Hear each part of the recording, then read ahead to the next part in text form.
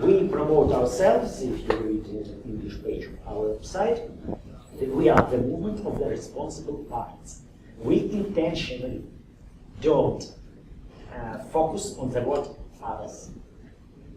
We initially named ourselves Fathers Committee because just of sheer statistic.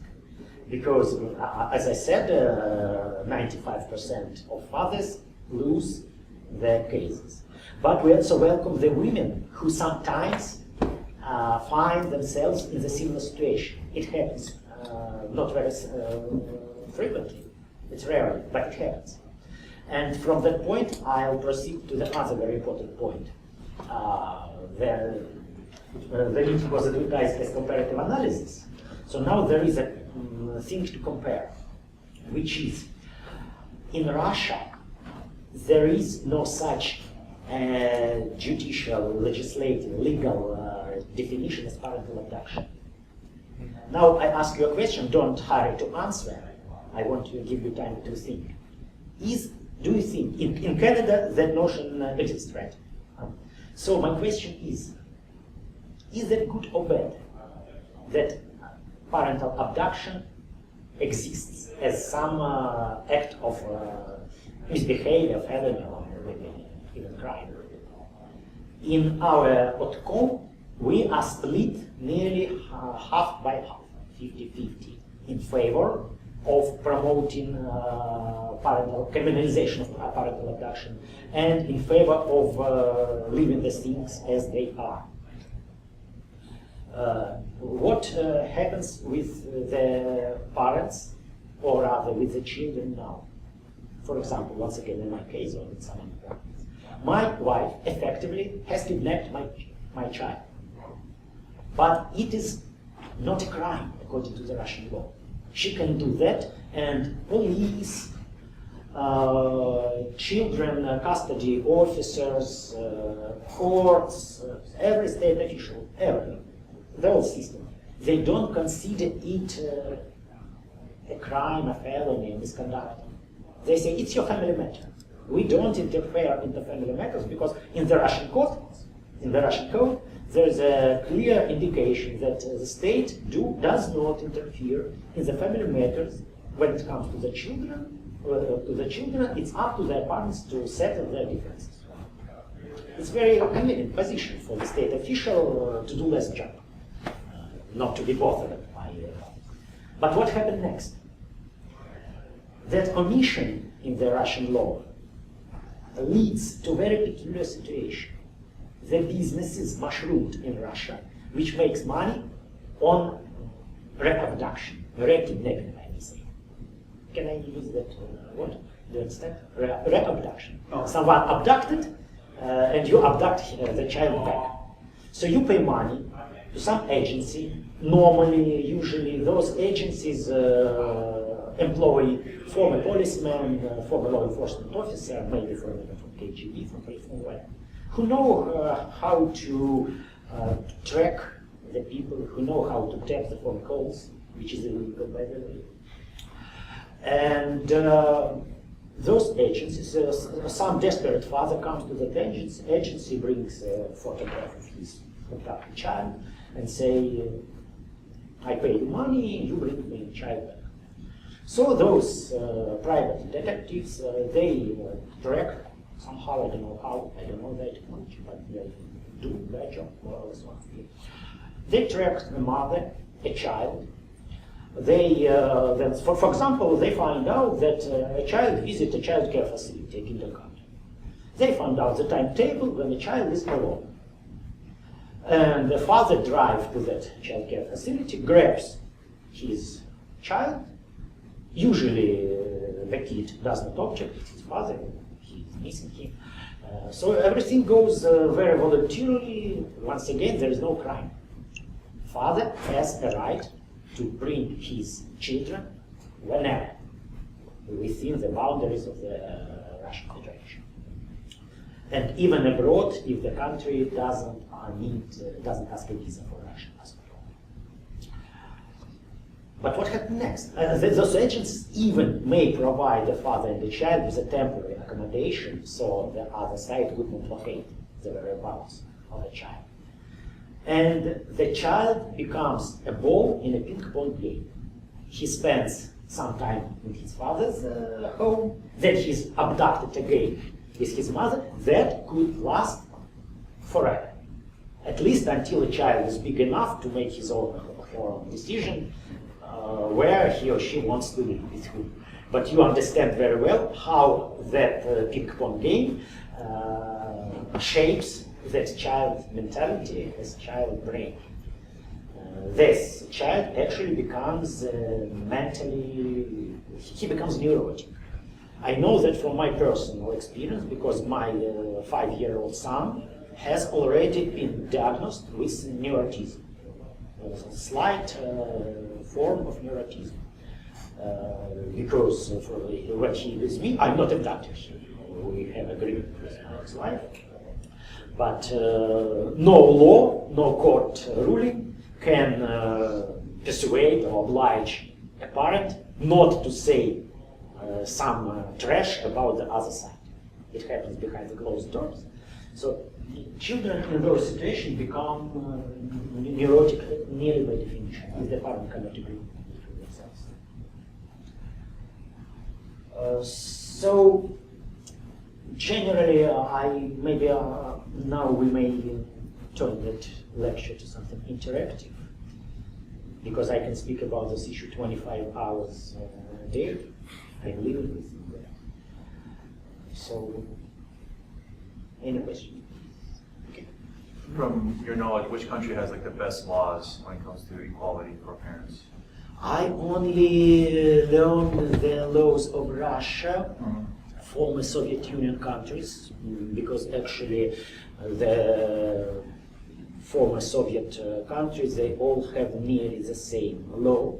By the way, Russian family, why that happens? I remember one more thing I want to say. Why Russian family code has so visible difference with the real life? It was written in the Soviet times, maybe somewhere back in the 1970s, when economic situation, political situation, social structure was completely different. Those times it was Venus, now it's Mars. Yeah? But the family law remains the same. Now, very many, maybe not very many, I exaggerated, but a growing number of men feel themselves capable to upbring a child without participation of their mom. And they push for that right. They try to defend that right and to break, to change that century-old mentality that family is based on woman's desire and man is only a hunter to bring money in, whereas children, like in German, kitchen, Kirchen, Kinder, right? These 3K, not Ku Klux Klan, but in the kitchen, yeah. We, I mean Russian and Canadian fathers alike, we should break the mentality. And I myself, studying from my personal experience, I came through 5 courts in 5 years of my child life. Now I'm very experienced. For example, during maybe my 3rd or 4th hearing, I stood in front of a judge, starting with the line like that. Your Excellency, everyone knows that it's not a woman's business to bring children. Everyone knows that it's man who cares about home. It's man who cares about family and children more than woman. A woman's business is to earn money and bring them to home. Fathers, men are biologically and psychologically better tuned to deal with children. The judge's jaw fall on the floor. It was a moment of my triumph, honestly. This is called breaking the stereotypes, right? And I teach my colleagues, my friends, my supporters, followers, when they come to the court, behave that way. Because the judge actually, my judge in that case, she even announced a short break. She should make up her mind.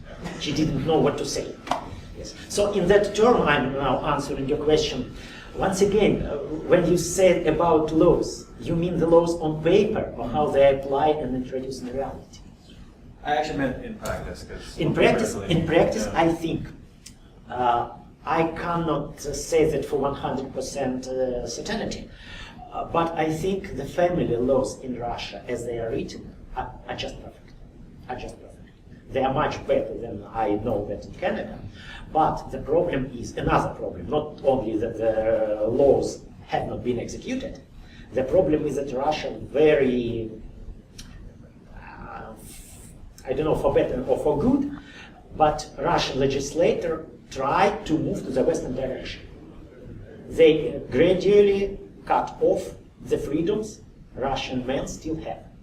Now, State Duma, the parliament, has been discussing the new edition of the family code, which maybe, I'm afraid to use the word hopefully, but maybe introduce the notion of parental affection. So it's not even a family code, it should be a criminal code.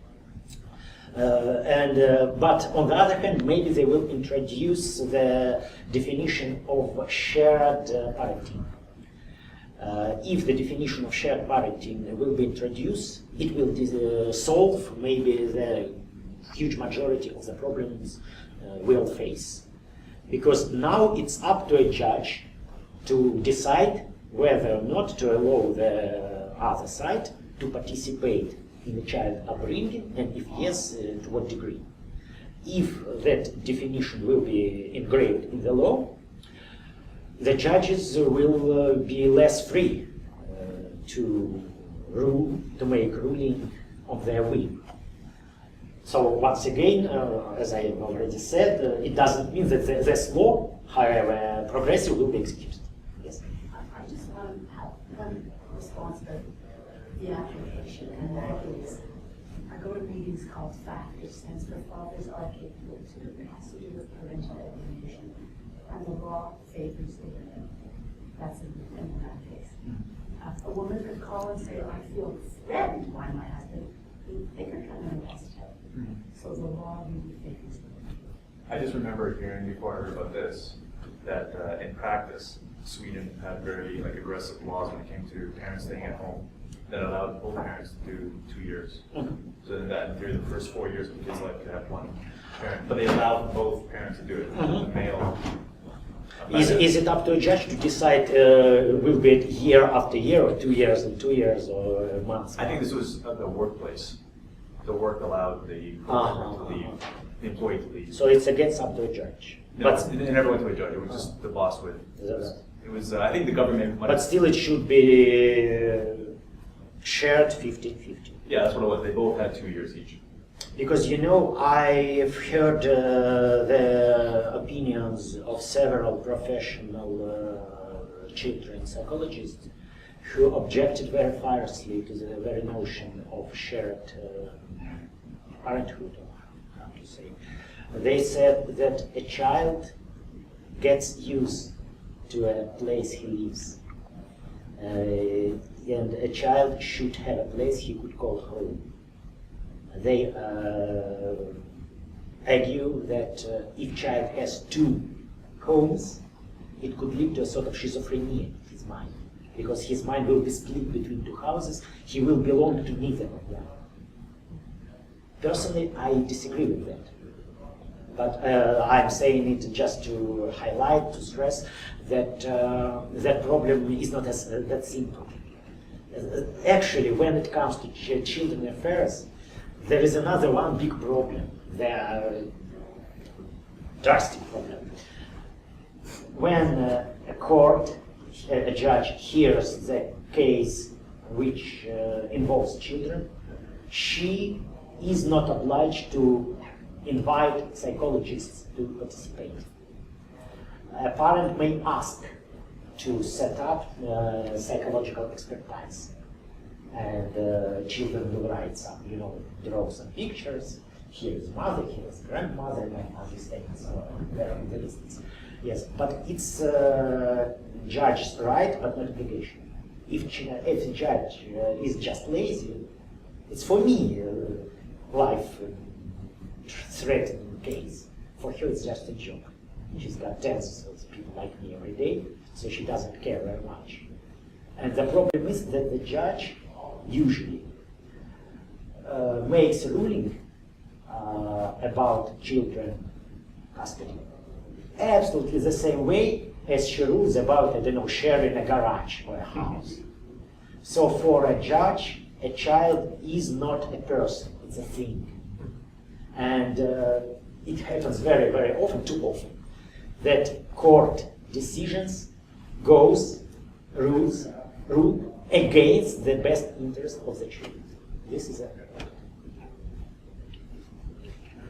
What's the child support and alimony laws in Russia compared to Canada? How is it?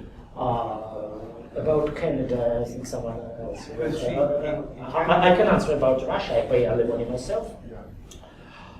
There are two options.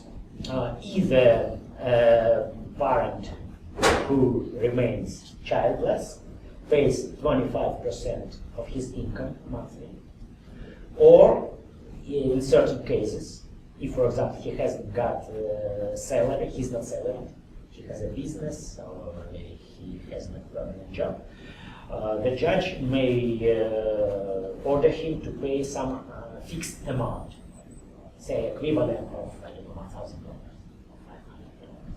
Depends on, there are two options. What about Canada? No, it's my question now. What is alimony law in Canada? No one knows. Okay. Oh, I was wondering, when you're referring to the judges, you keep on using she. Do you feel you have the same reaction from male judges?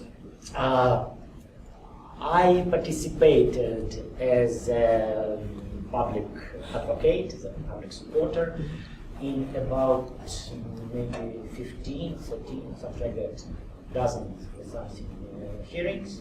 Only one time the judge was made. Okay. Only one time. It's very similar like with the teachers. How many were the teachers? So the job, judge's job is very well paid. So it's not like a teacher's case. I don't want to go to the school because the salary is very low. But continue to answer your question. I didn't find any big difference between the ruling which female judge made and male judge has made, because Russian law is not that of Anglo-Saxon law. In the Anglo-Saxon legal system, there is the notion of, now I came to the territory where I lack vocabulary. The meaning is, since a court has decided something a century ago, what's the name? Precedent. Precedent. Yes, precedent law. Russia lacks the precedent law. But in reality, Russian courts follow the same way. Formally, there is no precedent law, but in the real situation, a judge must have very higher citizen bravery, if you want, to break the tradition. If the judge knows. On one hand, judge is appointed for life. She could not be removed from her position or this position for making a ruling which is contradictory to the tradition. But the judge doesn't exist in the vacuum. When she leaves the court, she mingles with the same people, she hears the same stories, so she's a person, she's not a robot. So it's very difficult for her, not only professionally, but psychologically, to break the tradition. So it's actually it doesn't matter if the judge is male or female.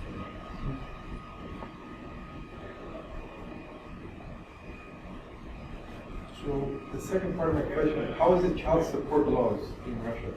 What are they like compared to Canada? I cannot compare it to Canada. Once again, I don't know Canadian laws in that respect. So what is the child support system there? Child support system is if there are two parents, both are alive. The law states that both parents have equal responsibility for supporting their children. So there is a minimum wage or minimum level of money the child must receive monthly. Different regions have different level, it depends on their lifestyle and what level general wellness. Not wellness, but what is another word? Tell me. Income. Okay, different regions have different economic situation. So salaries are different, cost of life is different. So in one region it would be maybe $300 per month, in another region 500. Moscow is higher, in the regional, somewhere in Siberia it's lower. But both parents must pay their supposed equal sum. My 25% should be equal to those money the mother is supposed to spend for our child. Yes. Actually, I paid more volunteer. The problem, there is another big problem. There are rather not so many fathers actually want so their children live in poverty. But the problem is when you pay money to the child's mother, you lose control over those money. And you cannot be sure whether the mother spends the money on child or for herself, going to the bars, for her car, like my this is why many fathers try to avoid paying alimonies by all ways. Not because they are so greedy, they don't want to support their children. They don't want to waste money to their exes who are now strangers for them. Like you understand to tell your own story about your wife and your child who didn't have any communication, you live apart from him, so him. What happened with the church when you go to the court to ask for divorce, to ask for the custody of the child? Did the church ask your wife about the reasons she had to keep you out? No, actually, during the first hearing, I got 6 or 5 she didn't even look at her direction. Everything was pre-decided. I actually felt it was a sort of theater. Everyone plays his or her role. She played the role of a judge, my wife played the role of a victim, paradoxically. So the actual victim was me. And I played the role of a really abused father. Did she explain something about this? She accused you? She didn't accuse me. I don't know, I cannot read her mind. I'm not a mind reader. But it looks like she just didn't believe that I honestly and sincerely want to participate in my son's life. Because she asked, I've already said about that she asked the question like, tell me the truth. I will say no. Tell me the truth. Why do you want to participate in the children's life? It will drain for your time, it will drain for your money. You can instead go to find another woman, to have children with another woman. Just forget. Erase it from your mind. She told it very aggressively, very seriously, and I just suspect, I have no any evidence, that something came from her personal experience. The majority of the judges are women, and the majority are divorced. So they just try to revenge the other men for their personal failures. I don't know. This is a problem. Once again, this is psychological problem. Whatever state do or whatever the legislative power can adopt and pass, they cannot change the situation of the brain. If in the country, maybe I hope that my adoptive country, Canada, has the better laws than my native country. I hope so very much. But if in Canada the laws are executed, I remember your election. But if in Canada the laws, in any case, are executed and obeyed better than in Russia. When I'm in Canada, I feel myself more secure. I feel myself just safe than in Russia. The Russia is very lawless country. Very much. I have another question. So what do you feel are like the main cultural reasons why there's a discrepancy between the laws and what's happened? A very, very good question. I also wanted to speak about that with my people. In the Russian psyche, in the Russian language, there are proverbs which says, I will not translate that word by word, but the meaning is, the cruelty of the Russian laws compensate with the lack of necessity to implement them. This is even in the Russian proverbs. It came very back, I don't think, maybe back to Mongol Tatars invasion. I'm not historian here. It's difficult for me to say that for sure. This is my opinion, just as a person who knows history of his country. Because Russia used to live under Tatar rule for 4 centuries. And for a Russian person, it was a matter of wisdom, it was a matter of survival to deceive the authorities. And it is engraved in Russian mentality. The lawlessness comes not because all people around are criminals. They just don't understand why on earth I should obey the law if I can not to obey that. Just an example from the real life. I drive on a 3-lane highway in Russia, and there is a road shooting. And some crazy guy, one by one, pass me over the road shooter, while the 2 left lanes are free. Why they do that? Why do they do that? It's impossible to explain from the reasonable point of view. This is just a mentality. If I can do that, why should I restrict myself to have a pleasure to drive on the road? It's impossible to understand. Just to comment on that, surely it's the case that if that's the way we've always done it, if that's the way we do things around here, which is what culture is, if that's the way we do things, that seems very natural to us. So if I'm used to passing you on the right, it's very natural for me to do that. If I'm not used to, and if you said, why don't you pass me on the left, it's safer, I'd say, no. Why would? Why always do it on the right? And so we all live in a world of what's natural and normal for us. Mm-hmm. So consequently, when you go to the court system or the school system, which is my area, but wherever you go, people are used to doing things a certain way, and they have a certain belief pattern. And you caught it very much what you said, the stereotypical view. Stereotypical view is women are nurturing and men aren't. So if I were going to appoint a judge, family court judge, out of that belief system, I would always appoint a woman because she's nurturing. And this guy is cold and callous and money grubbing and so on. But it's a mindset that says this is natural, this is normal, this is the way things are. And it's that stereotype which you're trying to break. But that stereotype results in the appointment of certain groups of people as judges. It applies to decisions that are made. An awful lot of people, I would suspect, in Russia, would look at your situation and say, well, that's the way it should be. I mean, I don't agree, but the point I'm trying to say is... I understand, but the state is supposed not to not to follow the stereotypes, the common stereotypes. This is why the state exists.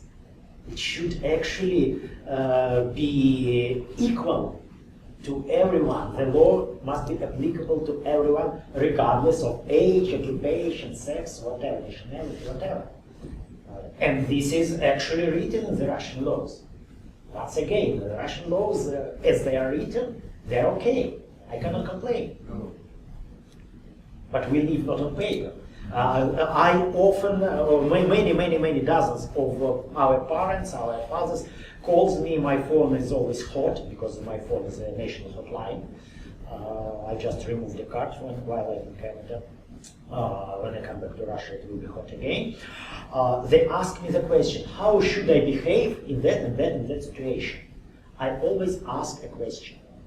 Please decide what you want. Do you want to receive a decision which you would like, but the decision will be on paper, or you would actually want to see the child. These are very different things. If you want to receive just a paper, to pin it on the wall and admire, do that and that and then go to the court, hire a lawyer, you will receive your 3 days a week, which is enough. For many working parents, it's enough to see their children 3 days a week. In the evenings, it's okay. But I ask the second question. Suppose that you will receive that decision, and you won't likely receive it. You will get it, what you want.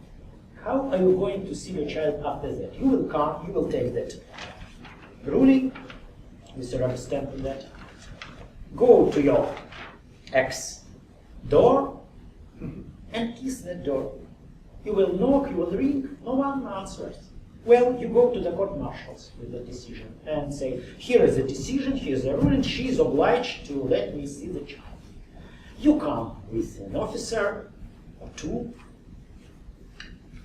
Mr. Franz, they knock the door.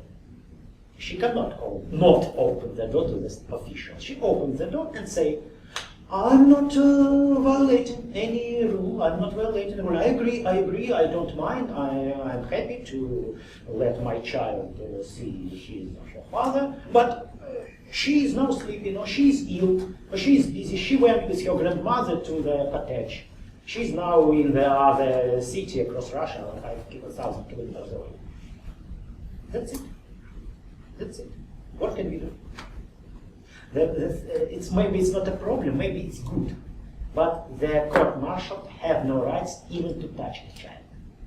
If there is an argument over, I don't know, some piece of property, a TV set or whatever, computer, well, they can take it, remove it, and bring it to the other side. Legally, they have no right even to touch the children. This is where I, once again, like with the case of a parental abduction, I cannot say, I cannot make up my mind to, is that bad or good? Because some of our fathers who re-abducted their children, after they re-abducted their children, they live in constant search. How's correct? Search. Fortress besiege. Siege.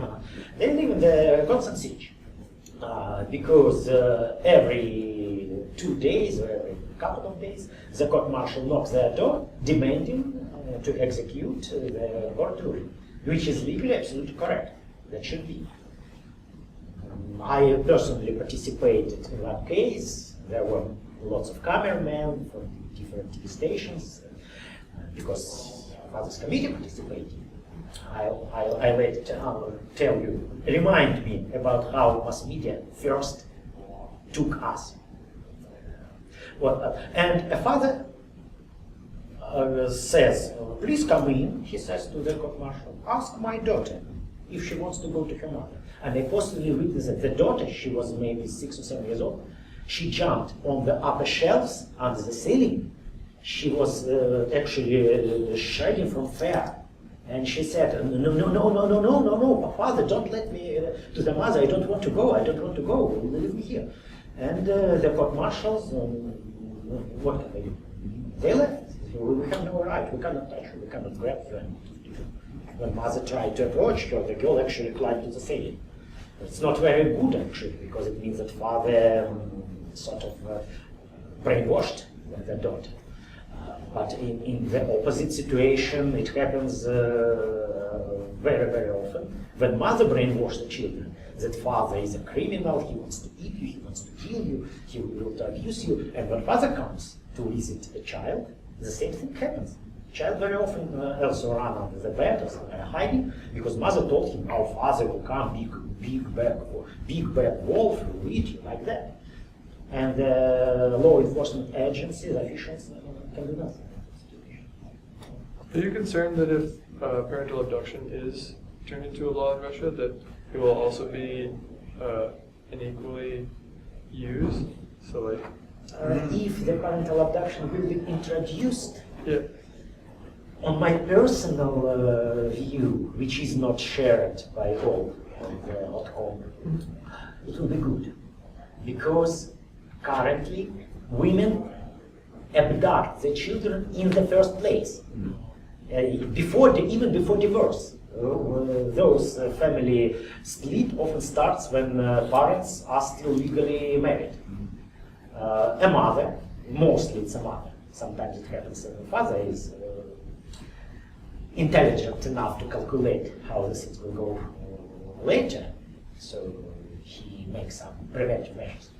But usually it happens that way. A mother abducts, kidnaps a child, and since there is no such a definition as parental abduction, she goes away with it. If the notion of parental abduction will be introduced, and I would ask you the question too, why in Canada is that not happening? I will learn from that experience. In my opinion, if the notion of parental abduction is criminalized, a woman cannot behave like she behaves now. She cannot take a child from a father, otherwise she will be accused of misconduct, of committing crime. Does it happen in Canada? It happens, It happens. yes. But the law takes it fairly seriously. Does it help? Well, no, whether it's the mother or the father, I mean, it usually gets fairly publicized. I don't know how often it is, but there's always a case going on every now and then. I think there's one going on right now, actually, where it's a mother who abducted the children, and it's the father that wants it back. But I don't know the numbers, but I'd say I hear both sides. And the law takes it seriously. Malcolm, here in Canada, any taking of a child from one parent to another is considered as parental abduction, or there should be some additional circumstances to qualify. I'm not sure, like, in detail, but like I just read about. Because I know your family situation is pretty good. Yeah, I'm not talking. It's just something I read in the papers or on the internet every now and then. It seems that the police take it fair how far they go to track children down. I mean, sometimes, if a parent's unstable, obviously there'll be a greater effort. But some of these cases last for years. Sometimes, like a mother or father will take a child to another country. That's usually. Well, that's what I discussed to Andrew, right? This is a problem, for example, both Canadian and Russian, because I once written a letter to Stephen Harper asking to help me, and I received a very polite letter signed by his secretary, whatever, that since my child is a dual citizen, Canada cannot interfere with some case. And I cannot receive, my son has a citizenship certificate, but he hasn't got Canadian passport, because for that he needs his mother's consent, which he doesn't give. It's a shame. Yes, it's a problem which is impossible to bypass. I've got to wait until he's 16. It's getting a little late, and Igor has been extremely gracious and flexible with all the ups and downs as of you, our audience. I appreciate all of you being patient with that. I do want to say, though, that despite the hour, we are inviting those of you who haven't been to the new, soon-to-be-open Canadian Centre for Men and Families to come and visit us. We're going to head over there tonight. Actually, we'd love to have you. Well, you've been there, but you're welcome to come back. So maybe we'll take another one or two questions, if that's okay. Are there other? No, I told you I can speak around 25 hours. Maybe we'll give Milotin the last question. No, it's not a question. You said to bring it up about the mass media's reaction. When you yes. Let's deal with that, and then we'll close the event, and I'll give you information on the center. So what I saw here a few hours before is a very similar reaction we in Russia received initially. When we announced, I personally as a professional journalist sent out press releases to all media available that in that place there will be, in certain place, in certain time, there will be a first gathering, a first convent of the newly conceived parental fathers movement. Of course, there was a few, to be honest, a few journalists, a handful of journalists, and a much bigger handful, but much bigger, of women who behave like those. only women. This was a mixed crowd. There was only a female crowd who shouted things like, "You are going to abduct our children. If you are for fathers, you are against mothers. If you are for fathers, you are against mothers." In Russian, it sounds even better.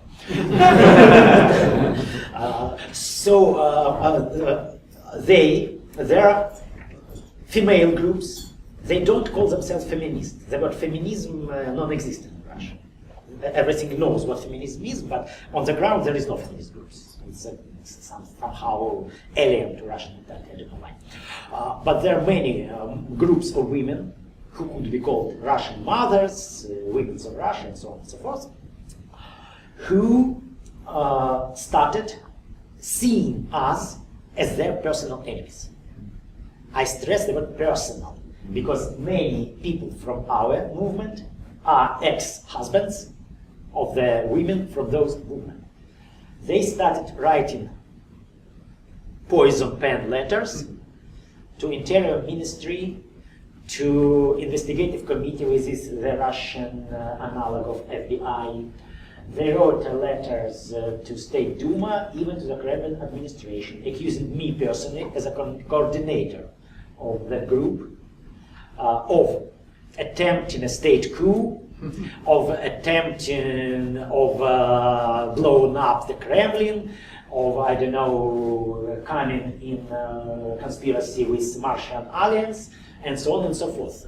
It was such a huge pile of rubbish.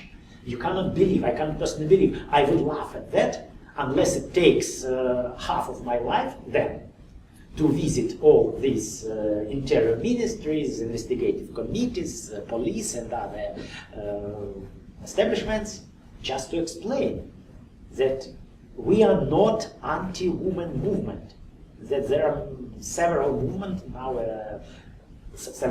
in our movement who are our allies who side with us. Usually, after those interrogations, those policemen and investigators became our allies. They are mostly men, they understand the situation. But they are formally obliged if they got a report that a crime is cooking, they must interrogate me as organized crime. Let alone the internet, where the certain substance is pulled on the fan constantly. But now, gradually, we have become more or less respectable movement. For example, me personally, as a professional journalist, I can speak before the cameras. I'm invited as an expert to the television talk shows every week, and we've got a very good and supportive press now. And as I said, currently we're in a process of legitimization of our movement. So far we're just a group of like-minded people, a huge group, but still we are not formally not registered. And in November, with the support of State Duma deputies, members, who are also divorced fathers, they are in the same shows, in the same boat. We hope that our group will be formally registered, like a cafe. And also, it's not for today discussion, for later. I think, well, maybe we can go international somehow. Now we've got 3 groups in Canada, Russia, and Bulgaria. So maybe we can start sort of, I don't know, international sort of. I'm not sure that it helps in our personal affairs because we live in different judicial fields. But if I stay in front of the judge and I say, I'm not just a private Igor Serebryany, I'm a member of some international movement. It weighs. It adds some weights in, yes. So that's it. Thank you.